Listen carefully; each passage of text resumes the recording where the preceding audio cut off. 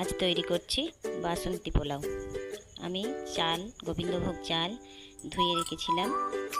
তাতে একটু food colour, আদা বাটা, একটু নুন আর একটু ঘি দিয়ে ভালো করে মাখিয়ে 30 মিনিটের জন্য রেখে দিলাম।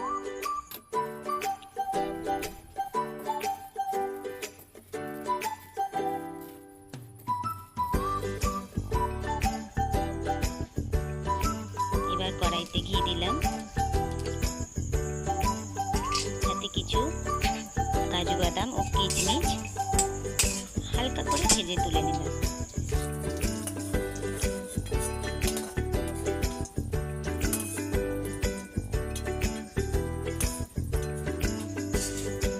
এবার ওই ঘিয়েতেই সাথে তেজপাতা আর গোটা গরম মশলা দিলাম।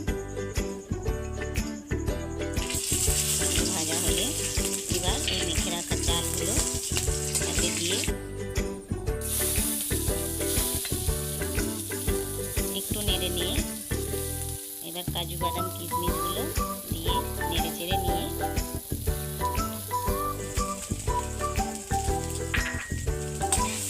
এবার জল দেব। যতটা পরিমাণ চাল তার ডবল জল। আমি 2 বাটি চাল নিয়েছিলাম, তাই জন্য 4 বাটি জল দিচ্ছি। দিয়ে ঢাকা দিয়ে 10 মিনিটের জন্য 10 মিনিট পর খুলে এবার একটু চিনি দিলাম স্বাদ মতো চিনি দিয়ে নেড়ে চেড়ে নিয়ে অল্প একটু গরম মশলা